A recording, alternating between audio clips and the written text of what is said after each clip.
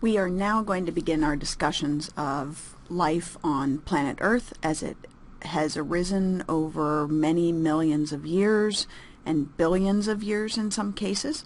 So we want to actually start with the simplest organisms on the planet, and we'll start with a very brief discussion of viruses. Now, many people will tell you that viruses are not alive, and I'm going to show you why we think that's the case. So as you see, this is our tree of life. There are no viruses to be found on our tree of life. So the reason we don't include them on our tree of life is because we look at them as having no living properties. What do we mean by that?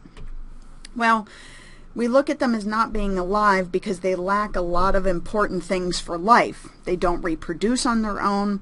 They don't have cellular organization. They're not at the level where they can actually survive without essentially a host organism to help them replicate and go through that process.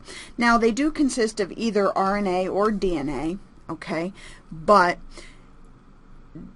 being separated and housing RNA or DNA simply by separating it with a protein coat is not enough to actually look at an organism as being alive, because when we look at these viruses, they actually have to infect other organisms, even bacteria, but usually fungus, plants, and animals we look at.